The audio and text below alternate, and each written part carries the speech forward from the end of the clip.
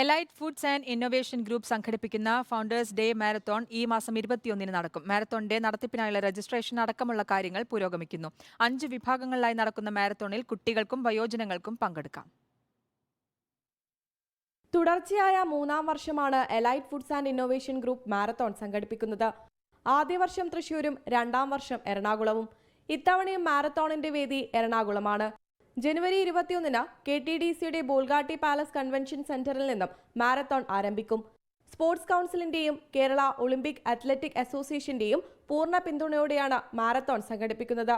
5 കാറ്റഗറിയിലായി നടക്കുന്ന മാരത്തോണിന്റെ രജിസ്ട്രേഷൻ ഫീസിൽ നിന്നും ലഭിക്കുന്ന തുക കൊണ്ട് ഓട്ടിസം ബാധിച്ച കുട്ടികൾക്ക് ഒരു നേരത്തെ ഭക്ഷണമൊരുക്കും. 21 കിലോമീറ്റർ 49 വയസ്സ് വരെയുള്ളവർക്കുണ്ട്. വെറ്ററൻസിന് നമ്മൾ സെപ്പറേറ്റ് ആയിട്ട് 50 വയസ്സിന് മുകളിലുള്ളവർക്ക് സെപ്പറേറ്റ് ആയിട്ടുണ്ട്.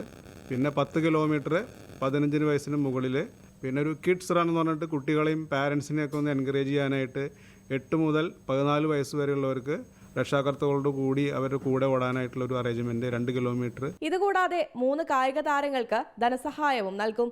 രാവിലെ 4:30 മുതൽ വിവിധ കാറ്റഗറികളിലായുള്ള മാരത്തോൺ ആരംഭിക്കും. റിപ്പോർട്ടർ, കൊച്ചി.